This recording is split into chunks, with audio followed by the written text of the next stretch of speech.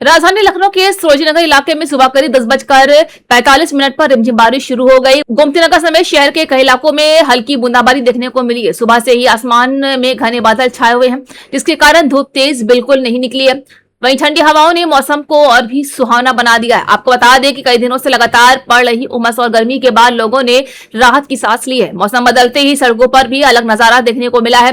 कई लोग बारिश का आनंद लेते हुए दिखाई दिए, जबकि दफ्तर और स्कूल जाने वाले लोगों ने छाता और रेन कोट का सहारा लिया। कुछ इलाकों में हल्की बारिश की वजह से सड़कें भीगी नजर आई, लेकिन कहीं से भी जलभराव की बड़ी खबर सामने नहीं आ रही है। मौसम विभाग के अनुसार ये बदलाव पश्चिमी विक्षोभ और सक्रिय मानसूनी परिस्थितियों का असर है। विभाग ने दोपहर और शाम के समय गरज चमक के साथ अच्छी बारिश की संभावना जताई है।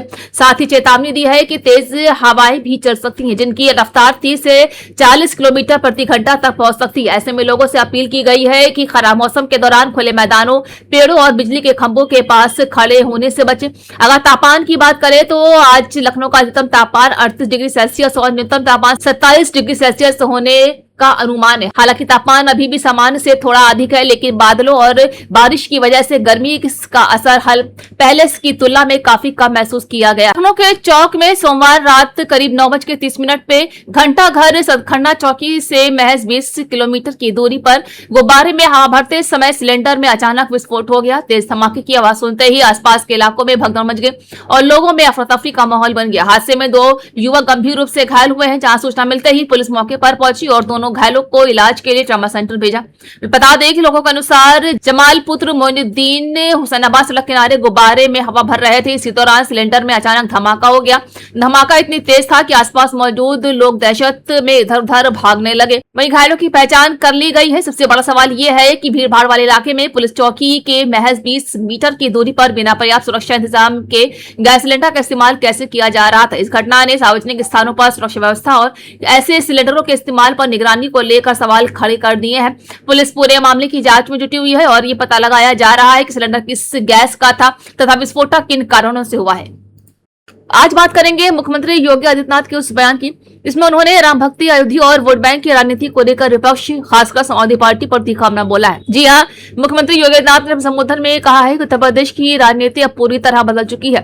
उन्होंने कहा है कि एक समय ऐसा था जब जय श्री राम का नारा लगाने वालों पर कार्रवाई की जाती थी, लेकिन आज वही लोग भगवान राम और राम भक्ति की तरह बातें करते नजर आ रहे हैं। योगी ने कहा है कि ये बदलाव किसी दबाव की वजह से नहीं है, बल्कि जनता की आस्था और लोकतंत्र की ताकत की वजह से सामने आया है। देखिए इस बयान में।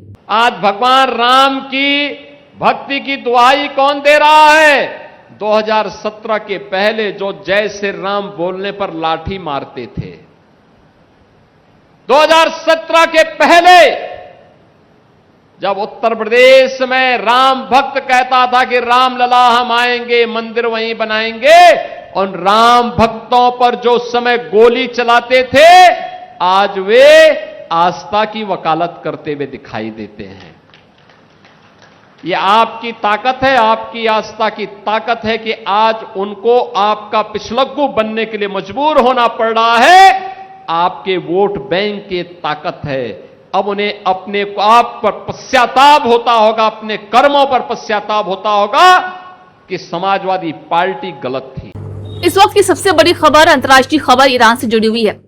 दिवंगत ईरानी नेता अयतुल्ला अली खामेनेई के अंतिम संस्कार की तैयारी अपने अंतिम चरण में है, लेकिन इस पूरे कार्यक्रम से भी बड़ा सवाल ये है कि क्या ईरान के सर्वोच्च नेता मुस्तफा खामेनेई अपने पिता के जनाजे में सार्वजनिक रूप से दिखाई देंगे?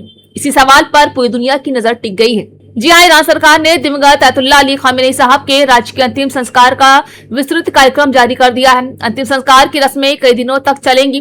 तेहरान में लाखों लोगों के शामिल होने की संभावना जताई जा रही है। इसके बाद धार्मिक शहर कुंभ में भी श्रद्धांजलि कार्यक्रम होगा और अंत में मशहद में सुपुर्द खाक किया जाएगा। सुरक्षा के अभूतपूर्व इंतजाम किए गए हैं, लेकिन सबसे बड़ी चर्चा एक ही नाम की हो रही है, वो है मुस्तफा खामेनेई। उन्हें ईरान का नया सर्वोच्च नेता माना जा रहा है, लेकिन पिछले कई महीनों से वो सार्वजनिक रूप से दिखाई नहीं दिए हैं। यही वजह है कि अब हर किसी की नजर इस बात पर है कि क्या वो अपने पिता के अंतिम यात्रा में पहली बार दुनिया के सामने आएंगे। विशेषज्ञों का मानना है कि अगर मुस्तफा खामेनी जनाजे में शामिल होते हैं तो ये सिर्फ एक पारिवारिक उपस्थिति नहीं होगी, बल्कि पूरी दुनिया के लिए एक बड़ा राजनीतिक और प्रतीकात्मक संदेश भी होगा।